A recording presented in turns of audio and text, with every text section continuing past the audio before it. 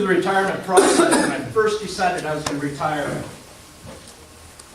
started finding out there's a lot of things I didn't know. There was a lot of people that you could try and reach out to, but they'd either retired so far in the past that the process had changed.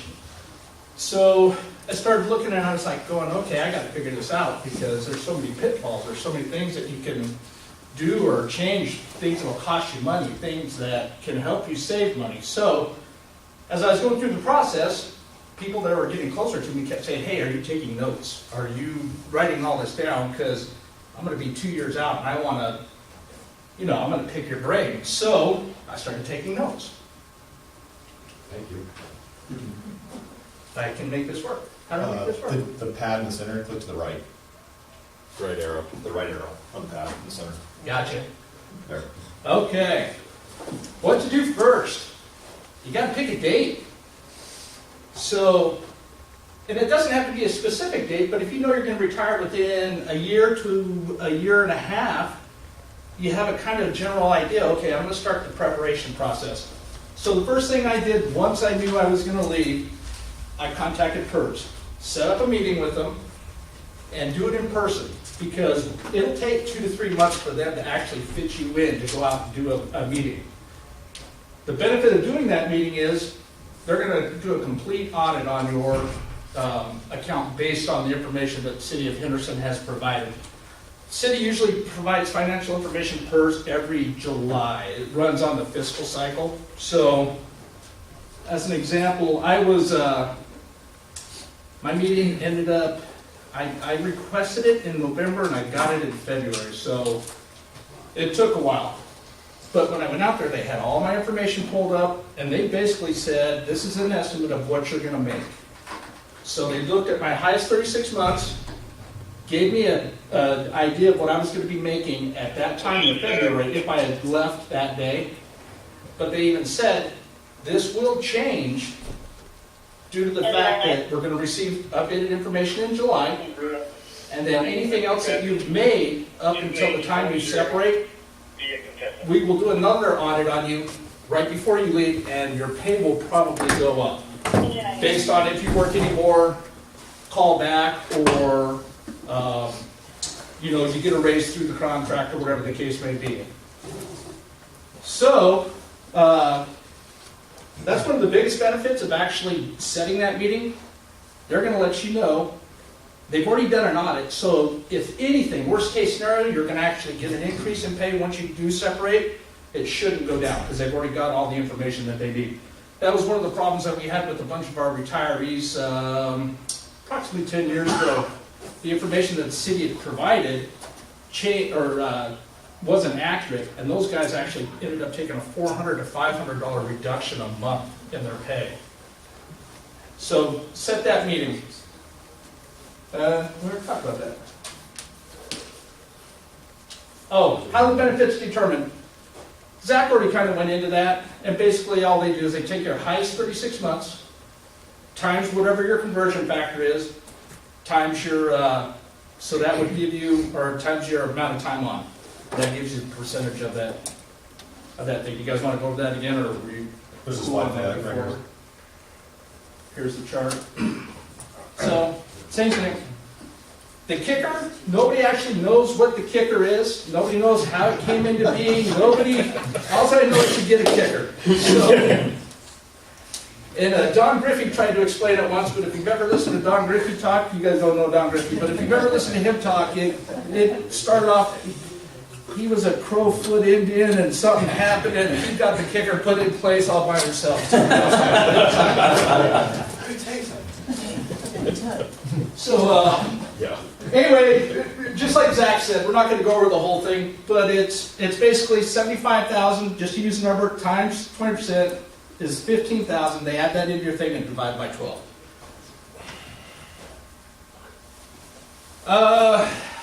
Retirement options. This is going to be a personal choice that you need to sit down and talk to your family members about. I'll tell you what I did. Police and fire are unique within the PERS system because even if you take option 1, your spouse is going to get 50% of the benefit no matter what. If you're in the school district or something like that, you take option one, she gets nothing, or he gets nothing. So we're a little bit different. So I personally opted for option one, and so I get 100% of the money out of my account. If I die, my wife gets 50% of that. What I did to make up that difference was I took out a $500,000 annuity that would help offset the difference in the 50% for, I think I figured out to like put her at 75 or something like that. I can't remember, but, so that's an option. Did that make sense? Kind of?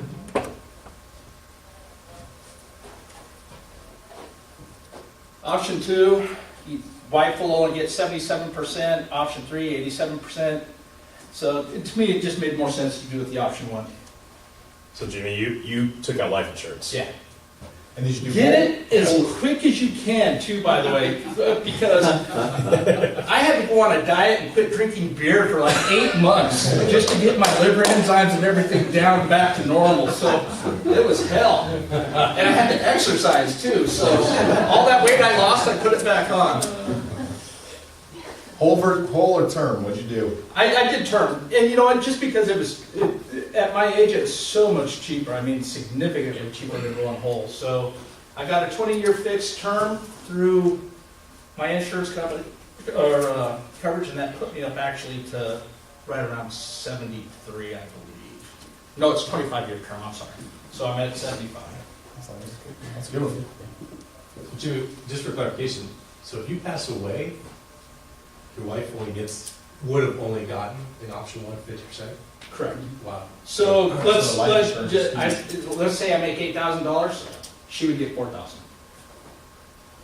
But she'll get your life insurance as well. Plus the life insurance, which is why I took out the policy, just to help offset that additional cost. So That's good.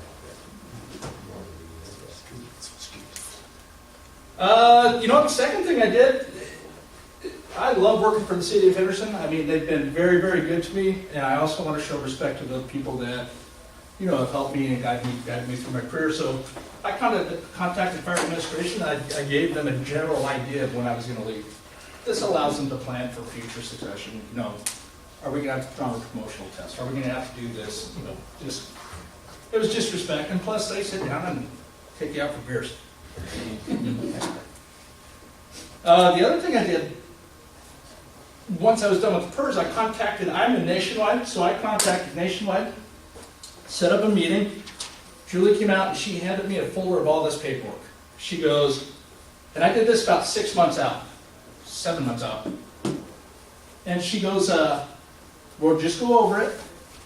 She goes, you're going to call me in 2 weeks and we're going to have to do it all over again anyway, which she was right. Because it's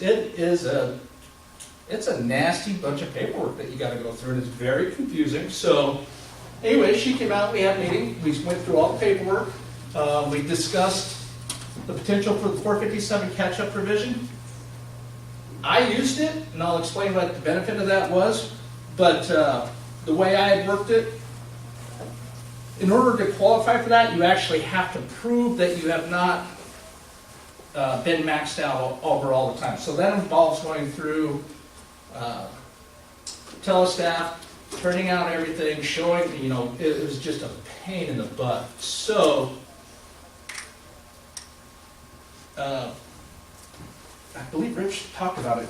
If you're getting close towards the end,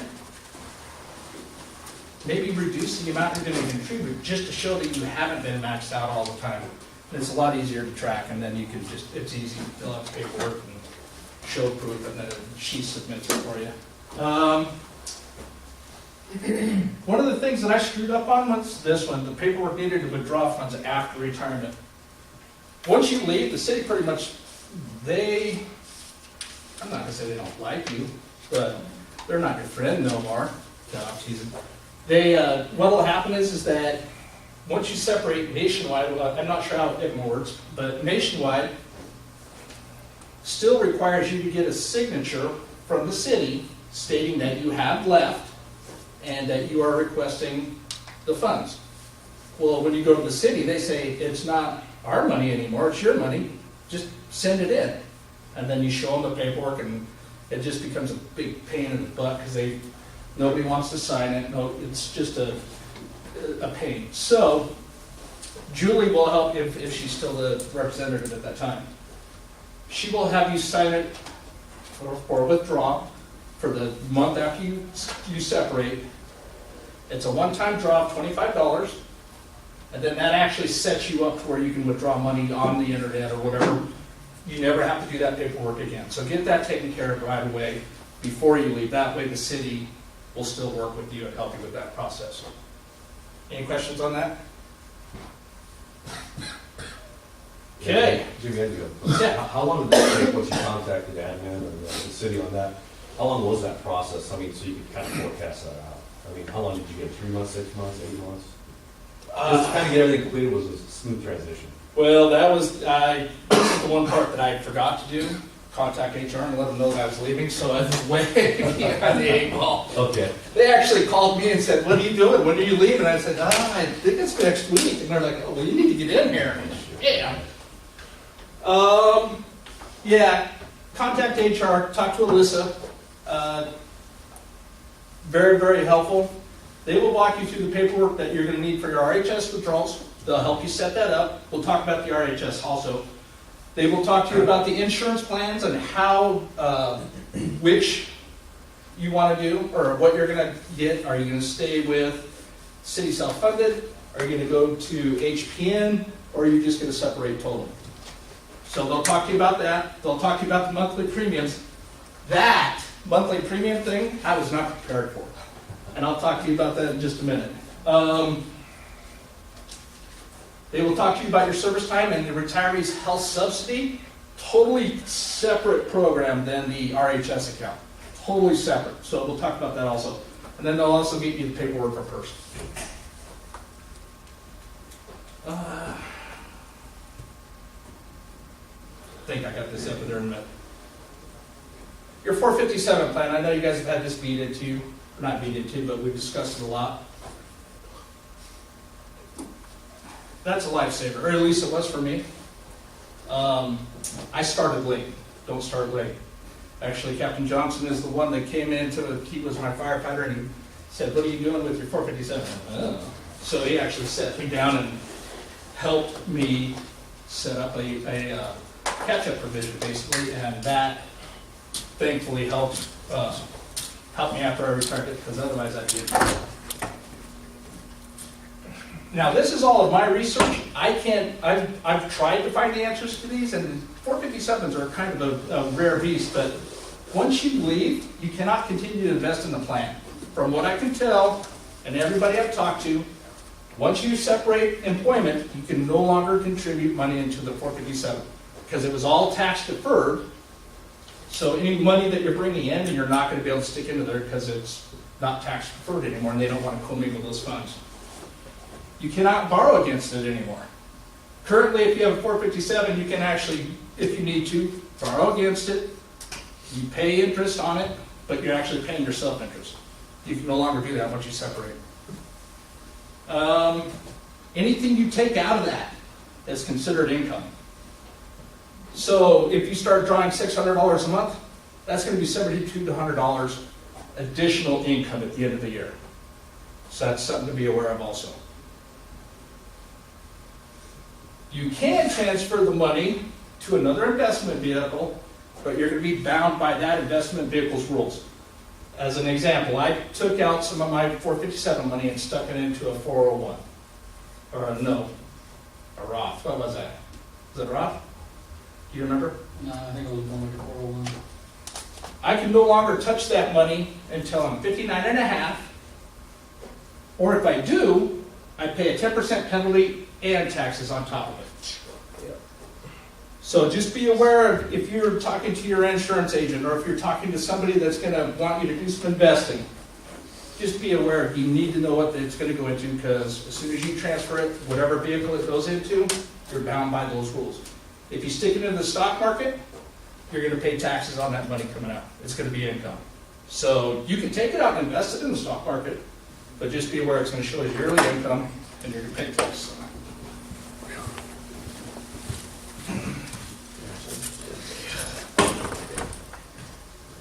The RHS fund. Never, ever, ever, ever, ever let that program go away. Keep this thing as long as you can. Basically what happens at 35, 60 or whatever, I believe this has only been in existence for 12 years before, was that 12? Yeah. And I'll tell you, in that time, I ended up with $14,000 in that account over the life of the thing. If you guys can keep this program, you'll be a lot farther ahead than I am. But what happens is, Alyssa will help you with paperwork. And like Rich was talking about, you could use that money to pay for co-pays or procedures or whatever. I'm using it to offset my insurance. And I think I have it on a slide here, but let me go forward real quick. Let's talk about the insurance. This is the one thing I was not prepared for at all. And I even sat on the insurance committee for 4 years, helped negotiate the RHS, or the retiree health subsidy plan. And for whatever reason, I always thought I was going to get the $800 a month rate. I'm like, dang, I'm going to get $500 because I got 25 years on, so that's only going to be $300 out of pocket. I'm only going to have to pay $200 out of my RHS account to help subsidize that. I might even just do it all, and you know that $300 a month will last me 3 years. I won't have to pay insurance for 3 years. No, doesn't work that way. Retirees are on their own little fund schedule. Mine is $1,482 a month. So, and that's with my wife and my 2 kids. Because if you have 1 kid, you might as well have 80. Wait on me. That's because Dyer wasn't sitting there, so.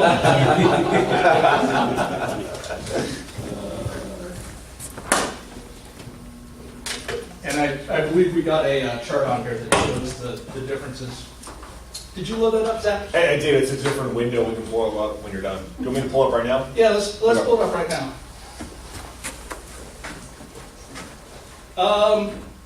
You contact your RHS company, it is ICMA, and you tell them how much you want to withdraw every month. They send it right to you, they direct deposit it right into your account. So it's usually there right around the 28th, 29th of the month, right towards the end of the month is when it's there. 1 second. Hey, Jimmy, is that counted as income? No, because no. Because you're using it for Healthcare. healthcare.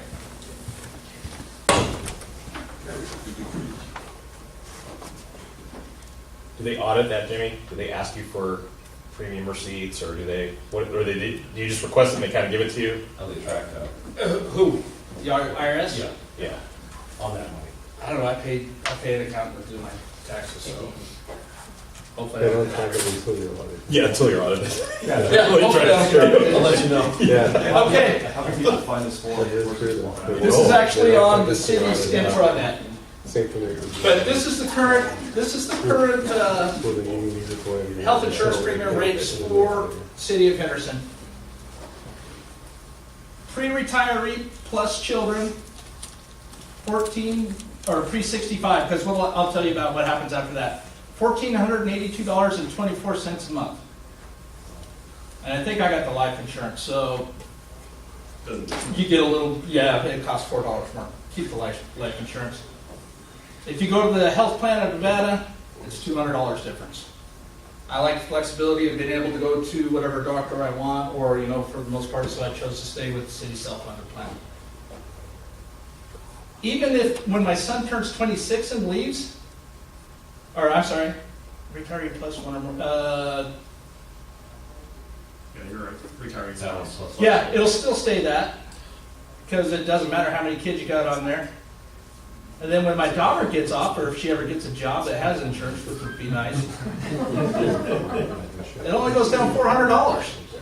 So insurance is a huge expense. It really is. And I haven't investigated moving on to a different company. Because my understanding is with the retirees' health subsidy, you get money based on years of service. If you have 10 years, you get 1 year, or you get $100. 15 years is $200. 20 is $3, or maybe it's a little skewed, but 25 you end up getting $500. That $500 helps a lot, by the way. But I'm still coming out pocket $900 a month. I now use my RHS, the retirees' health savings plan, to offset that by $600. So I'm coming out of pocket, whatever that is, $300. That RHS account's going to run dry at the end of 2016. So I will have to spray bugs for a living now. So pimp me out as a bug man. So Jimmy, in hindsight, you want to start putting in now more money in that account, right? Well, here's the thing about the RHS account. You can't. It's per IRS. Yeah, per IRS.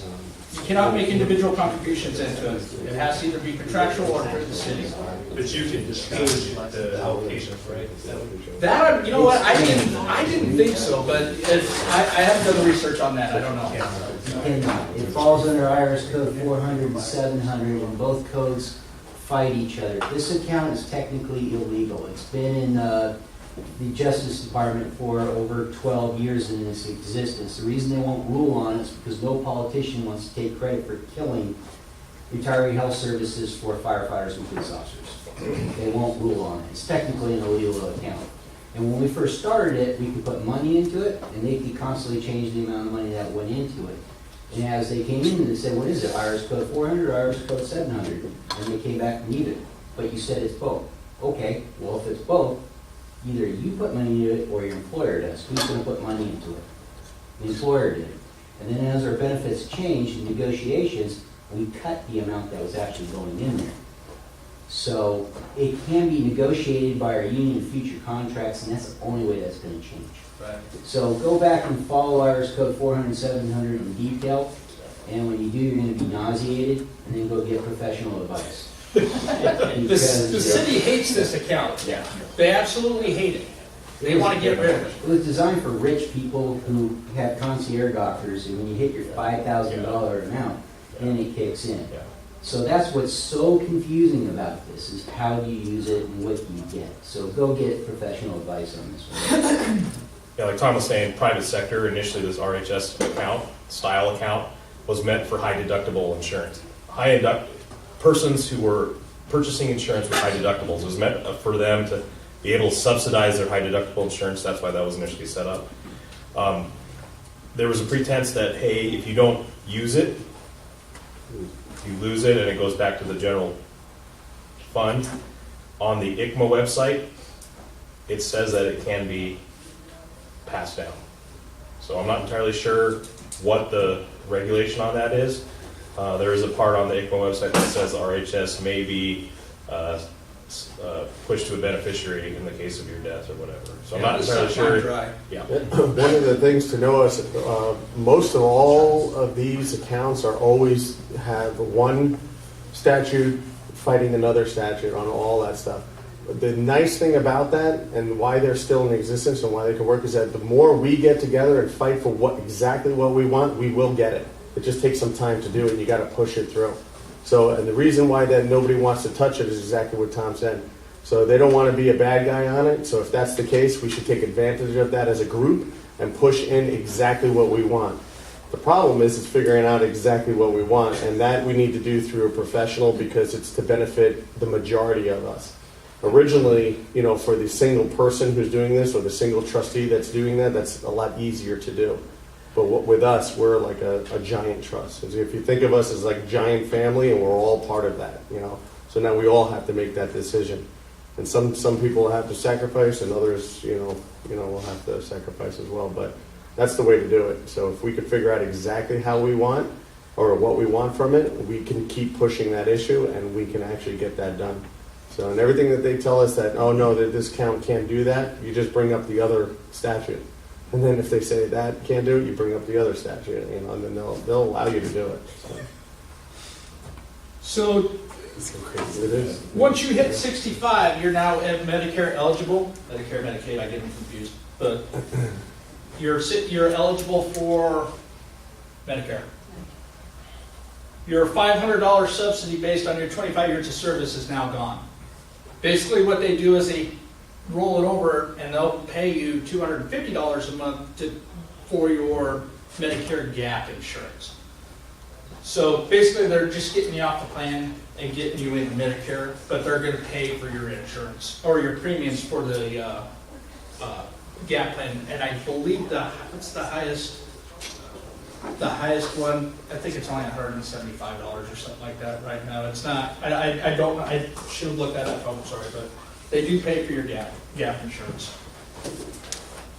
Very, very important thing. The union's going to start contract negotiations probably within the next month. The city just hired a new labor management lawyer to take over the negotiations. So they will sit down. These guys are usually sharps. They will sit down and they'll try and carve out whatever they can to get out of your benefits.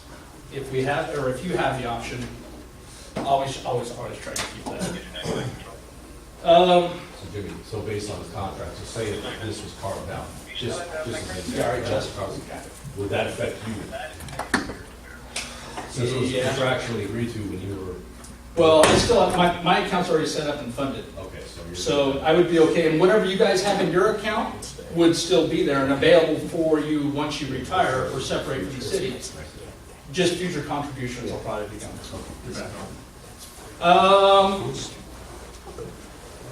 Okay, I think we already hit that. Any questions on the RHS fund? I got one other question. Subsidy on the retiree subsidy, that 3, 5, 4, 5.